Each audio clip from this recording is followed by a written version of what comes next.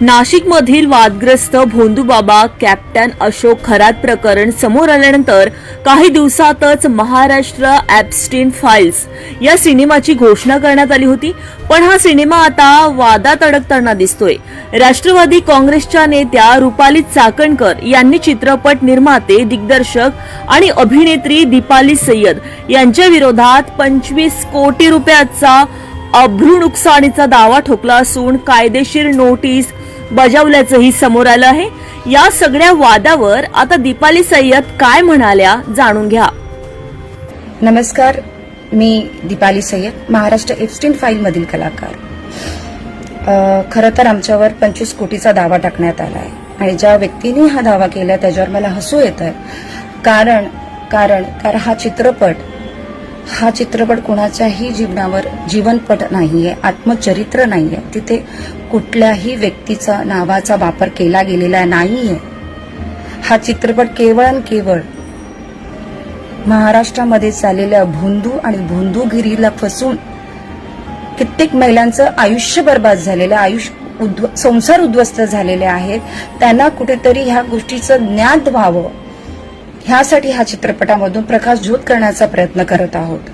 आणि हे करत असताना आमच्यावर जर अशा पद्धतीने कुठेतरी रोखठोक होत असेल तर ही चुकीचं आहे. एक कलाकार म्हणून मला माहिती आहे की ह्या चित्रपटामध्ये कुठे कुठल्याही व्यक्तीचा वापर करण्यात आलेला नाहीये, ना त्याच्या नावाचा वापर करण्यात आलेला आहे, नाही त्याच्या व्यक्तिरेखेचा वापर करण्यात आलेला आहे.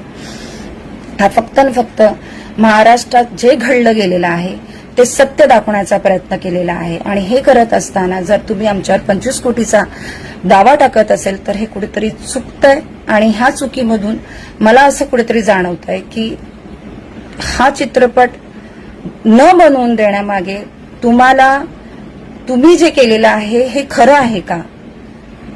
तुम्ही हे करायलाच नको होतं. तुम्ही आधी चौकशी करायला पाहिजे होती. तुम्हाला कुठेतरी झोंबतंय का? हा चित्रपट होऊ नये असं वाटतंय का? पण हे चुकीचं आहे जे महाराष्ट्रात घडतंय.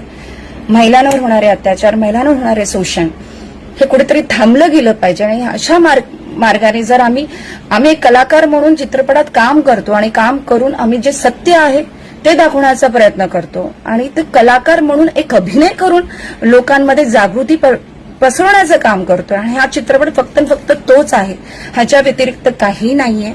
त्याच्यामुळे मला असं वाटतं जे काही असेल हे आम्ही कोर्टात त्या गोष्टीला तर उत्तर देऊच, पण माझं हे सांगणं कर्तव्य बनतं की कुठेतरी ह्या गोष्टीला थांबवणं. आणि महिलांवर होणारे अत्याचार, जेव्हा मला असं वाटतं की जी गोष्ट आपण आपल्या मार्फत करू शकतो, महिलांवर होणारे शोषण आपण जर थांबवू शकत असू, आणि चित्रपट माध्यम हेच आहे ज्यातून आपण लोकांपर्यंत सत्य असत्य, काय चांगलं काय वाईट पोचवू शकत असू, तर ते दाखवणं गरजेचं आहे आणि हे दाखवतोय. आणि त्यासाठी आम्हाला कोणीही थांबवू शकत नाही.